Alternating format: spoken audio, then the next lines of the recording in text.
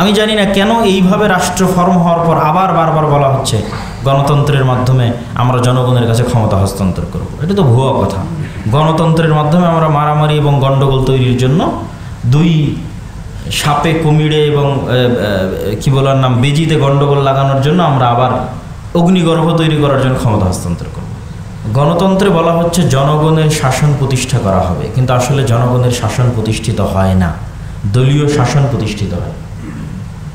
এবং জনগণের কাছে কোনো চয়েস থাকে না, হয় তাকে এই দল বেছে নিতে হবে, না হলে এই দল বেছে নিতে হবে। তাহলে এখানে কিভাবে জনগণের শাসন প্রতিষ্ঠিত হচ্ছে আমার বুঝে আসে না। যে সংজ্ঞায়িত করা হচ্ছে যে গণতন্ত্র মানে জনগণের দ্বারা জনগণের সরকার, এটা সম্পূর্ণ মিথ্যা কথা। দলের দ্বারা দলের সরকার, এবং জনগণের এতটুকুই চয়েস যে সে কোন দলকে বেছে নেবে, এতটুকুই তার চয়েস, তার শাসন করার চয়েস না। যদি সত্যিই জনগণের শাসন হতো তাহলে এটা উপর থেকে নয়, নিচ থেকে আসতো। একটা গ্রামের জনগণ একসাথে বসে সিদ্ধান্ত নিত যে আমাদের গ্রামের ইনি দায়িত্বশীল। সকল গ্রামের যে দায়িত্বশীল নির্ধারিত হবে তারা মিলে সিদ্ধান্ত নিত তার উপজেলার অমুক দায়িত্বশীল।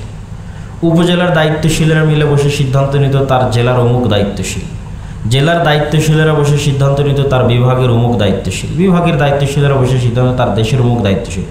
এই রুট লেভেল থেকে যখন উপর দিকে আসতে থাকবে তখন এটা জনগণের শাসন। এটা ইসলামের শাসন আমি এটা বলতেছি না, কিন্তু এটা জনগণের শাসন। আর যখন আপনি উপর থেকে চাপিয়ে দিবেন দুই দলের মধ্যে কোনো এক দলকে বেছে নিতে হবে, তাদের ক্ষমতা, তাদের সাপোর্ট, তাদের জনবল, তখন এখানে আমার এবং আপনার মতো আম জনসাধারণের কিছুই করার থাকে না। গণতন্ত্র আরও একটি কারণে ব্যর্থ, ইসলামের সাথে যায় না। তার সবচেয়ে বড় কারণ হচ্ছে ইসলামে আহলুল হাল্লি ওয়াল আকদ, যোগ্য ব্যক্তিকে ক্ষমতায় নিয়ে আসতে হবে পরামর্শের ভিত্তিতে। আর এখানে বাংলাদেশে পুলিশ হওয়ার জন্য যোগ্যতা লাগবে, আর্মি হওয়ার জন্য যোগ্যতা লাগবে, বিচারপতি হওয়ার জন্য যোগ্যতা লাগবে, ওসিডিসি হওয়ার জন্য যোগ্যতা লাগবে, শুধু মন্ত্রী মিনিস্টার হওয়ার জন্য যোগ্যতা লাগবে না। মানে সকল পর্যায়ে আপনি একটা ইউনিভার্সিটির টিচার দেবেন তাও যোগ্যতা লাগবে, স্কুলের টিচার দেবেন তাও যোগ্যতা লাগবে, কিন্তু আপনি দেশের দায়িত্ব নেবেন আপনার কোনো যোগ্যতার শর্ত নেই। যে কেউ রাস্তা থেকে আন্দোলন করে উঠে রাষ্ট্রের নেতা হয়ে যাবে, রাস্তা থেকে পলিটিক্স করে উঠে রাষ্ট্রের দায়িত্ব নিয়ে নেবে। এই জন্য গণতন্ত্রের এই থিওরির সাথে ইসলাম যায় না। ইসলাম চায় যোগ্য ব্যক্তি ক্ষমতায় আসুক। এই জন্য ক্ষমতার দ্বন্দ্ব তৈরি হওয়া ইসলাম চায় না। কেন? গণতন্ত্রে হচ্ছে আপনাকে দায়িত্ব চেয়ে নিতে হবে। দায়িত্ব যখন চেয়ে নেবেন তখন অবশ্যই সেখানে গ্রুপিং তৈরি হবে, ক্ষমতার দ্বন্দ্ব তৈরি হবে।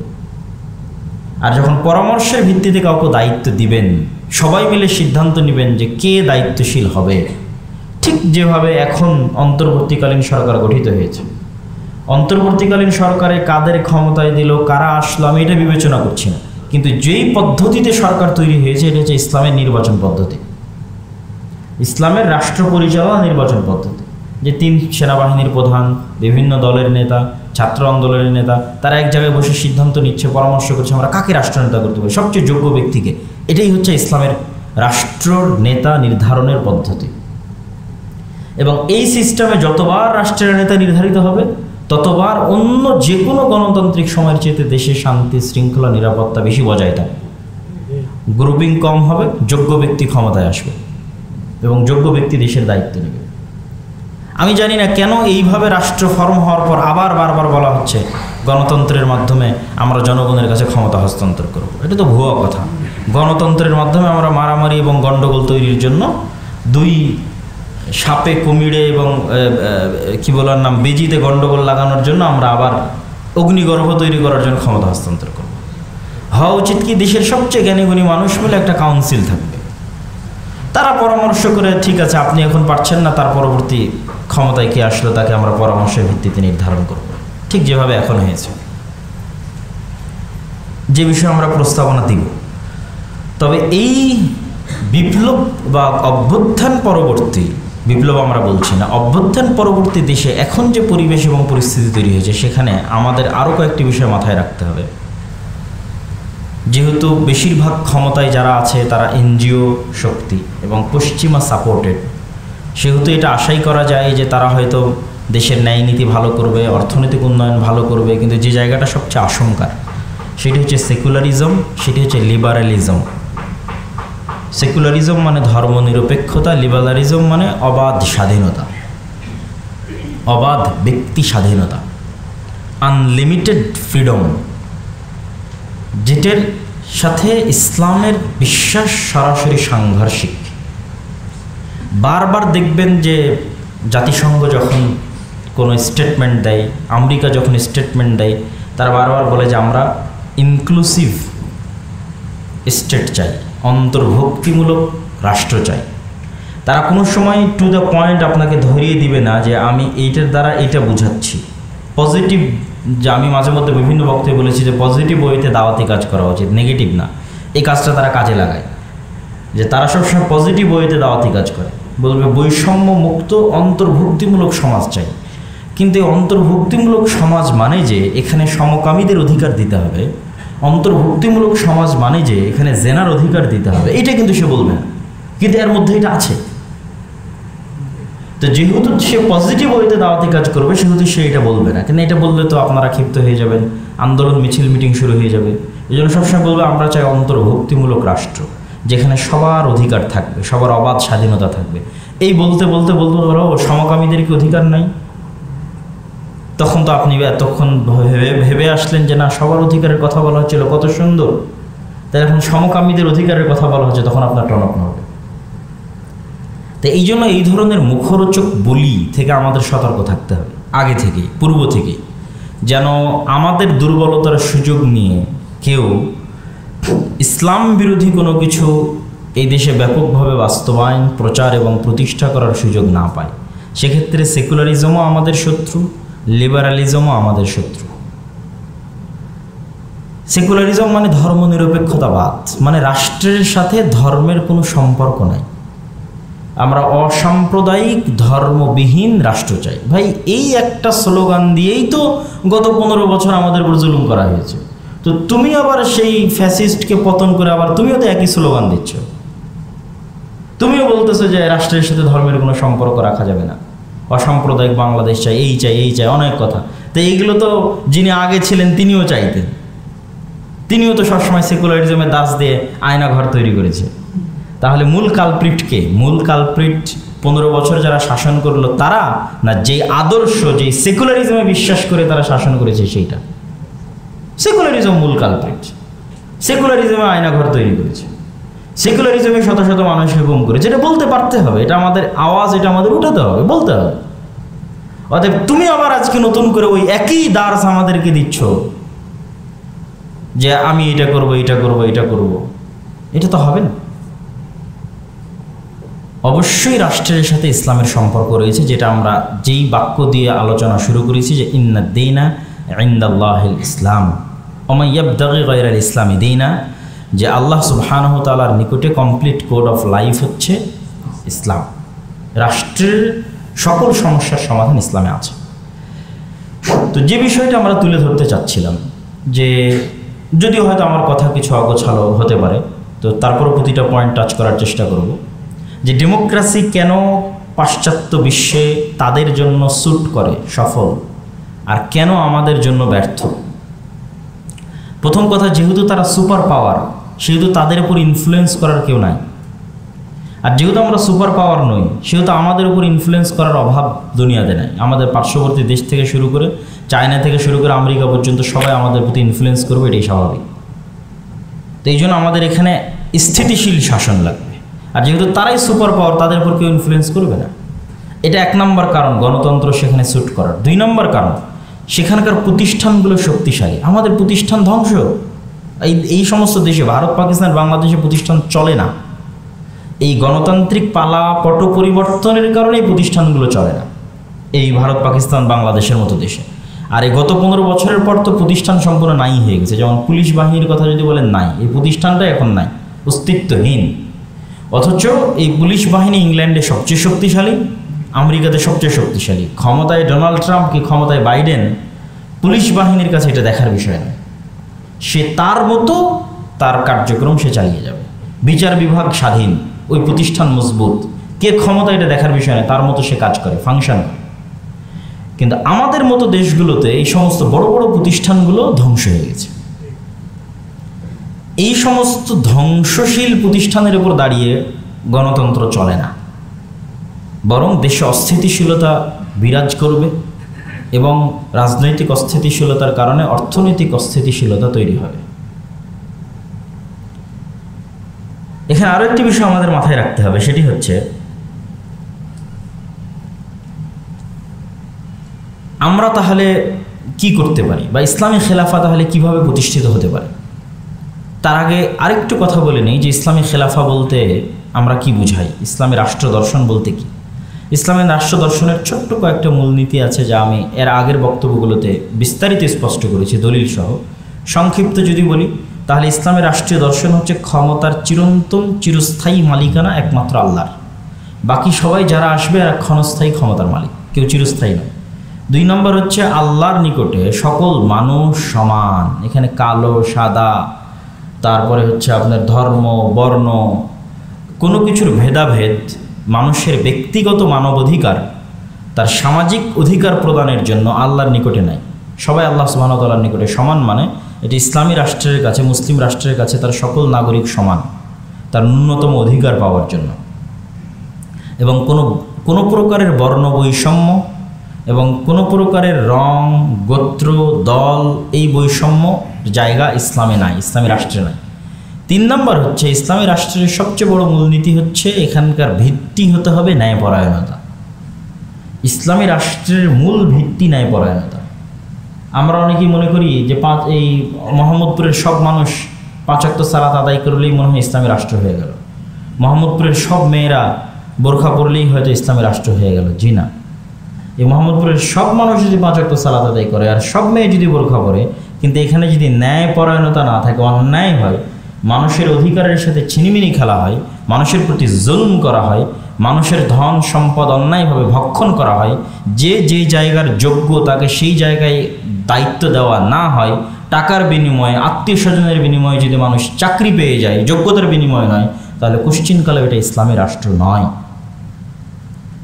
আল্লাহ সুবহানাহু ওয়া তাআলা পুরো পৃথিবী পরিচালনা করছেন একটাই মাত্র মূলনীতি দিয়ে, যে তিনি ন্যায়পরায়ণ আর ন্যায়পরায়ণতা তিনি বাস্তবায়ন করবেন।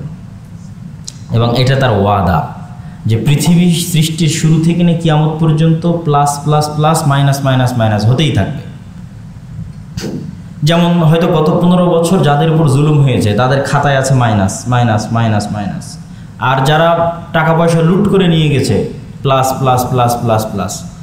এই প্লাস মাইনাসকে যতক্ষণ আল্লাহ জিরো না করবেন ততক্ষণ তিনি আল্লাহই নন, এটা তার দাবি। তিনি এটাকে কিয়ামতের মাঠে টোটাল জিরো করবেন, চুল পরিমাণ প্লাস মাইনাস থাকবে না। যে যার যতটুকু পাওনা ততটুকু তিনি তাকে বুঝিয়ে দেবেন। এই জন্য তিনি প্রতিপালক রব্বুল আলামিন, এটা তিনি কিয়ামতের মাঠে করবেন। তাহলে কি বোঝা গেল? আল্লাহ সুবহানাহু ওয়া তাআলার কাছে সবচেয়ে বড় মূলনীতি হচ্ছে তিনি ন্যায়পরায়ণ। তিনি তার সাথে সম্পৃক্ত সকল গুনাহ ক্ষমা করবেন, কিন্তু মানুষের সাথে সম্পৃক্ত গুনাহ ক্ষমা করবেন না কেন? তার ন্যায়পরায়ণতায় ত্রুটি আসতে পারে এই জন্য। এবং নবী রাসূল যত দুনিয়াতে পাঠানো হয়েছে সেই সমস্ত নবী রাসূলেরা পরে গিয়ে সালাত আদায় করেছে, পরে গিয়ে সিয়াম শিখেছে, কোরআন শিখেছে, কিন্তু জন্মগত তারা সত্যবাদী এবং ন্যায়পরায়ণ, জন্মগত। আর এই দুইটা জন্মগত বৈশিষ্ট্য ছাড়া তাদেরকে নবী বানানো হয়। রাসূল সাল্লাল্লাহু আলাইহি সাল্লাম 40 বছর পরে যখন আল্লাহ তাকে সালাত শিখিয়েছে, কোরআন শিখিয়েছে, হজ শিখিয়েছে, তখন তিনি করেছেন। কিন্তু এই জন্মের পর থেকে না 40 বছর পর্যন্ত তিনি জন্মগত সত্যবাদী এবং ন্যায়পরায়ণ। তাহলে ইসলামের সবচেয়ে বেসিক মূলনীতি হচ্ছে ন্যায়পরায়ণতা, যেটা থাকলে ইসলামী রাষ্ট্র আছে, না থাকলে ইসলামী রাষ্ট্র নাই। এবং আমাদের সবচেয়ে বড় সমস্যা হচ্ছে এই ন্যায়পরায়ণতা আমাদের না মসজিদে আছে, না মাদ্রাসায় আছে, না আমাদের ইসলামী দলগুলোতে আছে, না সংগঠনগুলোতে আছে। এই জন্য আমরা ইসলামী রাষ্ট্র প্রতিষ্ঠার যোগ্য নই।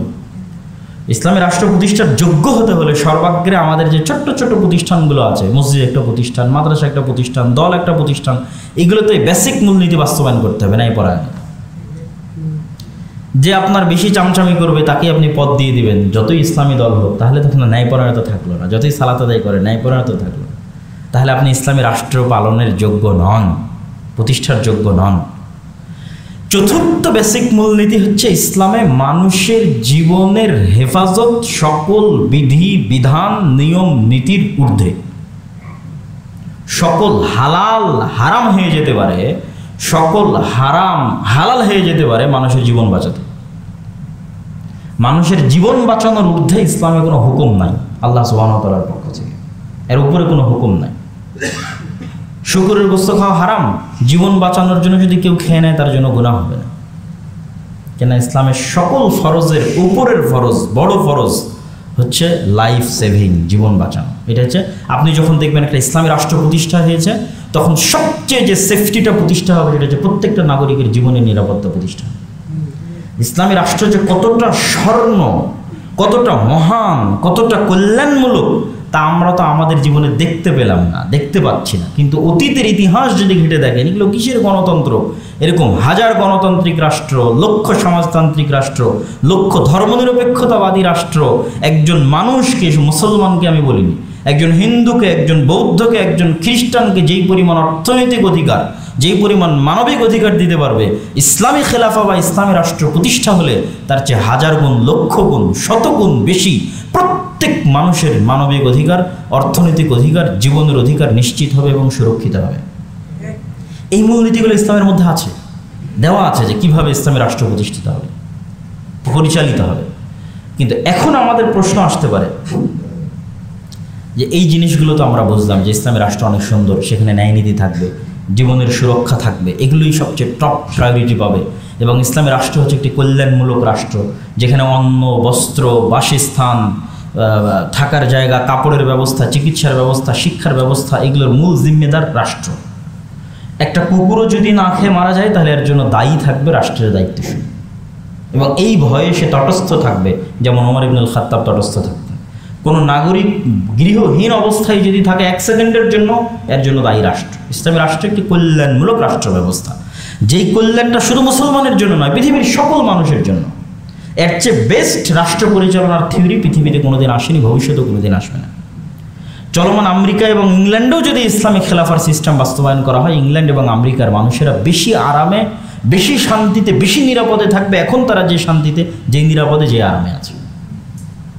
কেননা তাদের ইংল্যান্ড এবং আমেরিকায় যারা বসবাস করে তাদের সবচেয়ে বড় ধোঁকার জায়গাটা তুলে ধরে, অনেক ইসলামী রাষ্ট্র সেখানে বাস্তবায়ন হলে অনেক পরিবর্তন আসবে, কিন্তু সবচেয়ে বড় পরিবর্তন কি আসবে সেটা একটু বলি।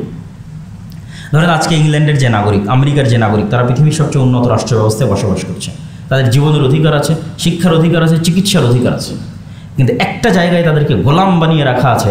এই গোলামি থেকেও তারা মুক্তি পাবে যদি ওখানে ইসলামী রাষ্ট্র প্রতিষ্ঠা হয়। সেটি হচ্ছে অর্থনৈতিক গোলামি, সেটা হচ্ছে সুদী অর্থনীতি, সবচেয়ে ভয়ঙ্কর অর্থনীতি পৃথিবীর, মানুষকে গোলাম বানায়।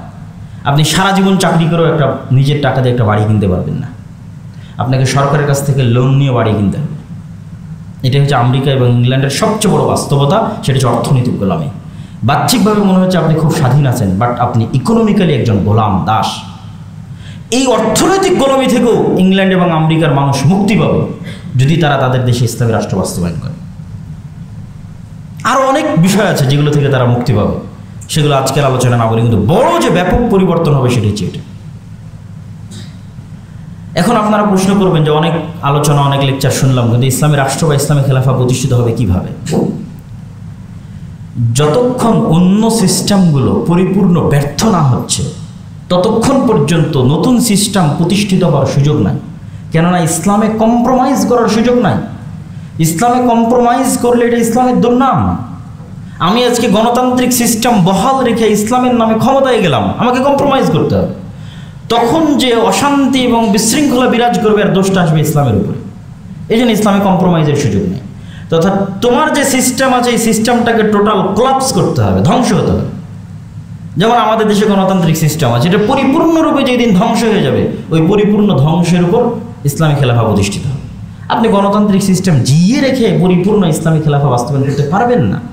আংশিক সংযোজন, বিয়োজন, কম্প্রোমাইজের মাধ্যমে আপনাকে ক্ষমতায় আসতে হবে, যেটা ইসলামের জন্য দুর্নাম। তাহলে আপনি কি বলবেন যে না, আমরা তাহলে এখন জোরপূর্বক সেই সিস্টেমকে ধ্বংস করে দিই? সেটিও ইসলাম চায় না। আল্লাহ সুবহানাহু ওয়া তাআলার তাকদীরের লিখনে এবং পরিবেশ পরিস্থিতির কারণে যদি ধ্বংস হয়ে যায়, সেটি আল্লাহ সুবহানাহু ওয়া তাআলার ইচ্ছা, সেটি আমাদের জন্য অপরচুনিটি, সুযোগ। কিন্তু আমরা জোর করে ধ্বংস করতে গেলে ওই যে জীবনের হেফাজত, মানুষের জীবনের হেফাজত ইসলামে 1 নাম্বার টপ প্রায়োরিটি। আপনি আজকে একটা পুলিশকে মারতে যাবেন, কাল একটা আর্মিকে মারতে যাবেন, সবাই মুসলিম, তারা পাল্টা আপনাকে মারতে আসবে, আপনিও মুসলিম।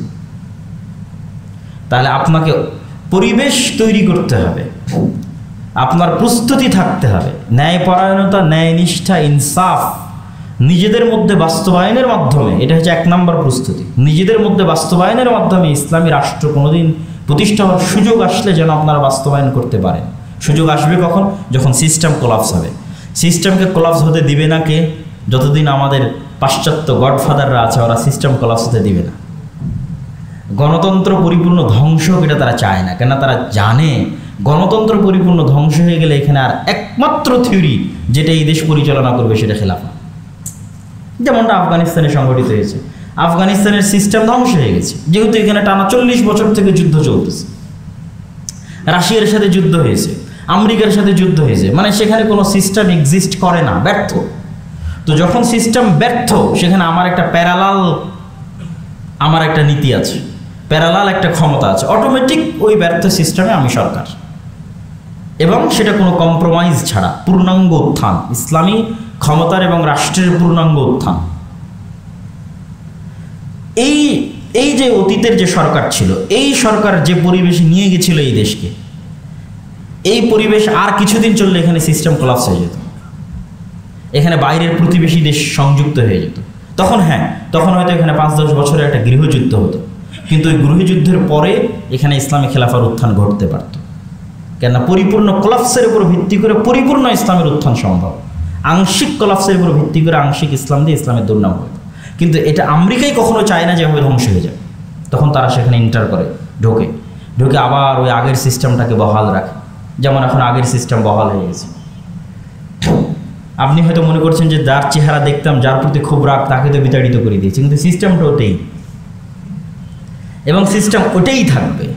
আমরা এখন পর্যন্ত ওই ব্রিটিশ আইনে শাসিত হচ্ছি, যে ব্রিটিশদের বিরুদ্ধে আমাদের পূর্বপুরুষেরা 190 বছর যুদ্ধ করেছে। ভাই, আমাদের দ্বারা 15 বছর সহ্য করা পারিনি আমরা। আপনি কল্পনা করেন যে আমাদের বাপদাদারা 190 বছর ব্রিটিশদের অধীনে গোলামি করেছে এবং তাদের বিরুদ্ধে জেহাদ করেছে, তাহলে কত বেশি সবর এবং ধৈর্য তাদের ছিল। কিন্তু ওই 190 বছরের জেহাদ এবং 190 বছরের ব্রিটিশ বিরোধী রক্তাক্ত আন্দোলন, সশস্ত্র আন্দোলন যখন দেখল, দ্বিতীয় বিশ্বযুদ্ধের পরে ইংল্যান্ড যখন দেখলো যে এই সমস্ত দেশ আর তার কাছে হাতে রাখা সম্ভব হচ্ছে না, তখন ওই যে তাদের সিস্টেম যেন ঠিক থাকে, খুব বুদ্ধিমান, উচ্চ মেধা সম্পন্ন, তাদের সিস্টেম ঠিক থাকবে, মানুষ দেখবে ব্রিটিশরা চলে গেছে। তখন তাদের মতোই একদল মানুষকে, ইংরেজি শিক্ষিত সুটেড বুটেড মানুষকে তারা তৈরি করলো, নতুন দল বানানোর সুযোগ দিল, কংগ্রেস বানাও, মুসলিম লীগ বানাও। অথচ এতদিন যারা যুদ্ধ করে আসছিল সশস্ত্র, এরা পর্দার আড়াল হয়ে গেল, লাইমলাইট থেকে বিচ্ছিন্ন হয়ে গেল। তারা নতুন দল তৈরি করার সুযোগ দিল, নতুন দল আসলো, সেগুলোতে তাদের আদর্শে আদর্শিত একদল মানুষ তাদের সিস্টেমের উপর ক্ষমতা দখল করল। মানে ইন্ডিয়ান আর্মির প্রধান ব্রিটিশ, পাকিস্তান আর্মির প্রধান ব্রিটিশ, ঢাকা কলকাতা আলিয়া মাদ্রাসার প্রধান ব্রিটিশ, সেইটার পরে ওইটার উপরে পাকিস্তান আর্মি প্রতিষ্ঠিত হয়েছে, ইন্ডিয়ান আর্মি প্রতিষ্ঠিত হয়েছে। এখানে পরিপূর্ণ সিস্টেম পরিবর্তন হয়নি, সম্পূর্ণ সিস্টেম ওটাই ছিল, শুধু ব্রিটিশরা চলে গেছে। ওই আর্মিতে জাস্ট ব্রিটিশ সেনাপতির জায়গায় একজন মুসলিম সেনাপতি নিযুক্ত হয়েছে, কিন্তু আর্মির যে নিয়ম কানুন, দাড়ি কাটা যাবে না, অমুক করা যাবে না, তমুক করা যাবে না, সবই থেকে গেছে। এখানে তো পরিপূর্ণ বিপ্লব আসেনি, এবং এটা তারা হতে দেয়নি। ওই একই নিয়মের মধ্যে আমরা আজও শাসিত হচ্ছি। 1947 থেকে যদি আজ 70-80 বছর হয়, আর 1971 থেকে যদি 50 বছর হয়, এবং এখন এই 15 বছরের ফ্যাসিবাদের পতনের পর আবার যে নতুন বাংলাদেশ, ওই একই সিস্টেম, একই নিয়ম। আপনি যে কোনো আইনের শুরুতে যান, সামাজিক আইন বলেন, যে কোনো আইন বলেন, পুলিশ আইন বলেন, শুরু হবে ব্রিটিশ 1870, 1860। যারা সমাজবিজ্ঞান পড়েছে, ইতিহাস পড়েছে, তারা খুঁজলেই দেখতে পাবে, দেশের সংবিধান পড়েছে, খুঁজলেই দেখতে পাবে। তাহলে আমার বিচার বিভাগের সিস্টেম কি? ব্রিটিশ। আমার শিক্ষানীতির সিস্টেম কি? ব্রিটিশ। আমার সেনাবাহিনীর সিস্টেম কি? ব্রিটিশ। এটা ব্রিটিশ সেনাবাহিনীর একটা খণ্ডিত অংশ। ইন্ডিয়ান আর্মি, পাকিস্তান আর্মি আর বাংলাদেশ আর্মি সবগুলোই ব্রিটিশ সেনাবাহিনীর পরবর্তী রেখে অখণ্ডিত অংশ। তাহলে এই তিনটে দেশই এখন পর্যন্ত পরিচালিত হচ্ছে ব্রিটিশ রুলস অনুযায়ী। সেখানে যখন আমরা ইসলামের কথা বলি, তখন বলা হয় না, এই দেশে তো হিন্দু আছে, বৌদ্ধ আছে, পাহাড়ি আছে, এখানে কেন ইসলাম? ইসলামে যেই পরিমাণ তারা নিরাপদ থাকবে সেটা অন্য জায়গায় থাকবে না। কিন্তু আমার প্রশ্ন হচ্ছে, সেটা বাদ দিলাম, আমার প্রশ্ন হচ্ছে, আমরা কি ব্রিটিশ? আমরা যদি ব্রিটিশ না হয়, তাহলে ব্রিটিশ ল দিয়ে কেন তুমি আমাদের শাসন করবা? তুমি এই পুরো সিস্টেম পরিবর্তন করো। সম্মানিত উপস্থিতি, তো এটা হচ্ছে ইসলামিক খেলাফা প্রতিষ্ঠিত হওয়ার একমাত্র যে উপায় হতে পারে, সেটা আল্লাহ তৈরি করবে। আমাদের নিজে হাতে আমরা সেটির জন্য রক্তপাত সংঘটিত করতে পারি না, কেন ইসলামে মানুষের জীবন বাঁচানো, মুসলমানের জীবন বাঁচানো সর্বাগ্রে। কিন্তু তার জন্য আমাদের মধ্যে পূর্ব প্রস্তুতি থাকতে হবে। আল্লাহ সুবহানাহু ওয়া তাআলা চাইলে সেই পরিবেশ আল্লাহ সুবহানাহু ওয়া তাআলা তৈরি করেও দিতে পারে, এটা আল্লাহ সুবহানাহু ওয়া তাআলার ইচ্ছা। কিন্তু কম্প্রোমাইজ করে ক্ষমতায় যাওয়ার সুযোগ এবং ইসলামকে বিকৃত করার সুযোগ নাই। আচ্ছা, এই পরিবর্তিত পরিস্থিতিতে আরেকটি বিষয় টাচ করি। তাহলে আমাদের হাতে এখন সুযোগ কি সংস্কার করার? যেহেতু পূর্ণ বিপ্লব সাধিত হয়নি, এটা জাস্ট সরকারের পরিবর্তন। এই পরিবর্তিত পরিস্থিতিতে আমরা কথা বলার স্বাধীনতা পাচ্ছি, লেখার স্বাধীনতা পাচ্ছি। এই সুযোগে যেই সিস্টেম আছে, এই সিস্টেম যেহেতু পরিপূর্ণ কোলাপস হতে দেওয়া হয়নি, এবং যেহেতু পাশ্চাত্য পশ্চিমারা চাইবে না যে এটা পরিপূর্ণ ব্যর্থ হোক, সেহেতু আমাদের সাধ্য অনুযায়ী চেষ্টা করতে হবে অন্তত এই সিস্টেমটা একটু উন্নত হোক, সংস্কার হোক। এই উন্নত বা সংস্কারের দুইটা নাম আমি দিয়েছি, শরীয়ত বান্ধব এবং জনবান্ধব। পরিপূর্ণ শরীয়ত প্রতিষ্ঠা হবে না, কিন্তু শরীয়ত বান্ধব আর জনবান্ধব। জনবান্ধব হওয়ার জন্য আমেরিকা এবং ইংল্যান্ডের যে সিস্টেম আছে সেটা যতটুকু ফলো করা যায় অনেকটাই যথেষ্ট। যেহেতু সুদবিহীন পরিপূর্ণ অর্থনীতি তারা প্রতিষ্ঠা হতে দিবে না, কিন্তু অন্তত ন্যূনতম মানবাধিকার এবং অর্থনৈতিক উন্নতির জন্য তাদের সিস্টেমটাই সর্বোচ্চ। তাহলে আমাদের লাগবে শরীয়ত বান্ধব। শরীয়ত বান্ধবের জন্য আমরা কি করতে পারি? শরীয়ত বান্ধবের জন্য সরাসরি ইসলামের সাথে সাংঘর্ষিক এমন কোনো বিষয় যেন এখানে স্থান না পায়। আপনি পরিপূর্ণ ইসলামী শাসন বাস্তবায়ন করতে পারছেন না, সেটি আপনার সীমাবদ্ধতা এবং ব্যর্থতা। কিন্তু ইসলামের সাথে সাংঘর্ষিক কোনো জিনিস আপনি মুসলমানদের উপর চাপিয়ে দিবেন, এটা হতে পারে। যেমনটা আমরা লিবারেলিজমের আলোচনার সময় করেছি। এটার জন্য আমাদের সচেতন এবং সজাগ থাকতে হবে, এবং ন্যূনতম সংবিধানে লিখিত থাকতে হবে যে এই দেশে ইসলাম বিরোধী কোনো আইন, ইসলামের সাথে সাংঘর্ষিক কোনো আইন এদেশে বাস্তবায়ন করা যাবে না। এবং আরেকটা বিষয়ের দিকে ফোকাস দিতে হবে, সেটা হচ্ছে এই দেশের স্বাধীনতা এবং সার্বভৌমত্ব। আমরা মুসলমান হিসেবে ন্যূনতম মুসলিম পরিচয় নিয়ে এই দেশে যে বসবাস করতে পারছি, এটা 1947-এ যে আন্দোলন, রাজনৈতিক আন্দোলন হয়েছিল, তার হালকা সুফল।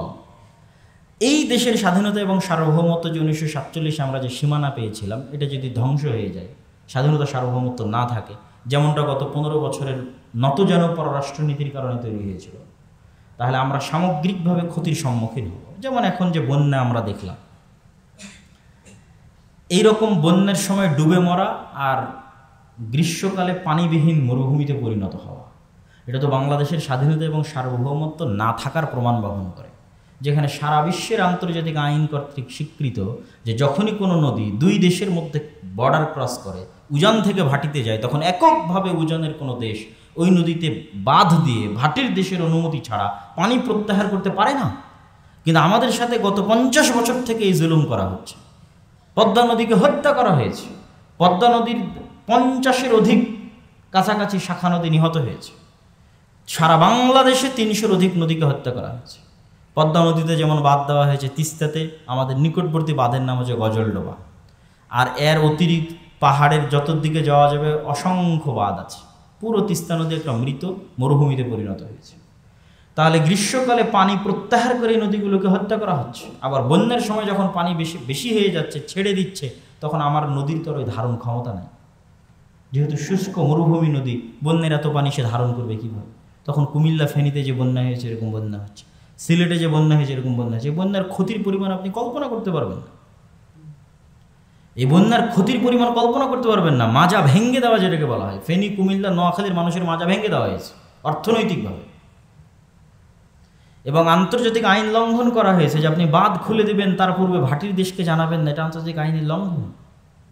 তাহলে এই দেশের স্বাধীনতা সার্বভৌমত্ব যতক্ষণ শক্তিশালী না হচ্ছে, ততক্ষণ আমি আমার কোনো অধিকারী, রাষ্ট্রীয় কোনো অধিকারী আমি পাবো না, এবং আমাদেরকে ব্যাপক এবং সুদীর্ঘ এক গোলামির মধ্যে জীবনযাপন করতে হবে। এই জন্য আমরা আরেকটি বিষয় এই সংস্কারের সাথে যুক্ত করতে পারি, সেটা হচ্ছে বাংলাদেশের স্বাধীনতা এবং সার্বভৌমত্ব। 1996 সালের পানি বন্টন চুক্তি অনুযায়ী 52টা ভারত এবং বাংলাদেশের মধ্যে যে নদী আছে তার পানির ন্যায্য হিস্সা অনুযায়ী বন্টন হতে হবে। অথচ 30 বছর পার হয়ে যাচ্ছে, এখন পর্যন্ত আর গঙ্গা বা পদ্মার পানি চুক্তি ছাড়া আর কোনো চুক্তিই হয়নি, তিস্তারও হয়নি। শুধু তাই নয়, বাংলাদেশের অভ্যন্তরে যখন বাংলাদেশ পানি সংরক্ষণের জন্য কোনো উদ্যোগ নেয় সেটা তো ভারত বাধা দেয়। যেমন তিস্তায় বাধা দেওয়া হয়েছে, পাংশা উপজেলায় একটা ব্যারেজ তৈরি করার উদ্যোগ নেওয়া হয়েছিল, সেটা 2016-17 সালে বাধা দিয়ে বন্ধ করে দেয়। এরকম অসংখ্য বাধা আছে। তাহলে বাংলাদেশের স্বাধীনতা এবং সার্বভৌমতার একটি বড় বিষয়। নাহলে এই দেশে আপনার যে বাজার আছে, গার্মেন্টসের বাজার আছে, এই দেশে আপনার যে অর্থনৈতিক উন্নতির বাজার আছে, এগুলো সব ধ্বংস করে দেওয়া হবে। ব্যবসা প্রতিষ্ঠান, শিল্প প্রতিষ্ঠান ধ্বংস করে দিয়ে পাশে কি বাজারের অভাব আছে? অভাব নাই। ভারত এক বৃহৎ দেশ, চায়না আছে। সুতরাং এই জায়গায় কোনো শিল্প এবং ব্যবসায়িক প্রতিষ্ঠান গড়ে না উঠুক, এটা তারা চাইবে স্থায়ীভাবে দেশকে পরাধীন করে দেওয়ার জন্য। তো এই জিনিসগুলো আমরা সংস্কার করতে পারি, চলমান সরকারের কাছে আমরা সংস্কার হিসেবে চাইতে পারি। এবং ন্যূনতম ইসলামের কাছাকাছি এই সংসদীয় গণতন্ত্রের চাইতে প্রেসিডেন্ট পদ্ধতির যে নির্বাচন, যে সারা বাংলাদেশের মানুষ ভোট দিয়ে একজন প্রেসিডেন্টকে নির্বাচন করবে, তিনি তার ইচ্ছামতো তার পরিষদ গঠন করবেন এবং কক্ষ বিশিষ্ট সংসদ থাকবে, যাতে যেহেতু জনগণের নির্বাচনে যারা আসতেছে তারা অযোগ্য আসতেছে, অশিক্ষিত আসতেছে, মূর্খ আসতেছে, কেননা দলীয়, আমি যেটা গণতন্ত্রের ব্যর্থতা আগেই তুলে ধরেছি। তো এটাকে কিছুটা কমানো যায় কি, যখন আপার হাউস থাকে, যেখানে দেশের শিক্ষিত জ্ঞানীগুণী মানুষেরা ভোটের ভিত্তিতে নয়, তাদের যোগ্যতার ভিত্তিতে আপার হাউসের অন্তর্ভুক্ত হয়, তাহলে অন্তত এইটার যে দুর্বল বা ক্ষতিকর দিক আছে সেটিকে অনেকটাই কমানো যায়।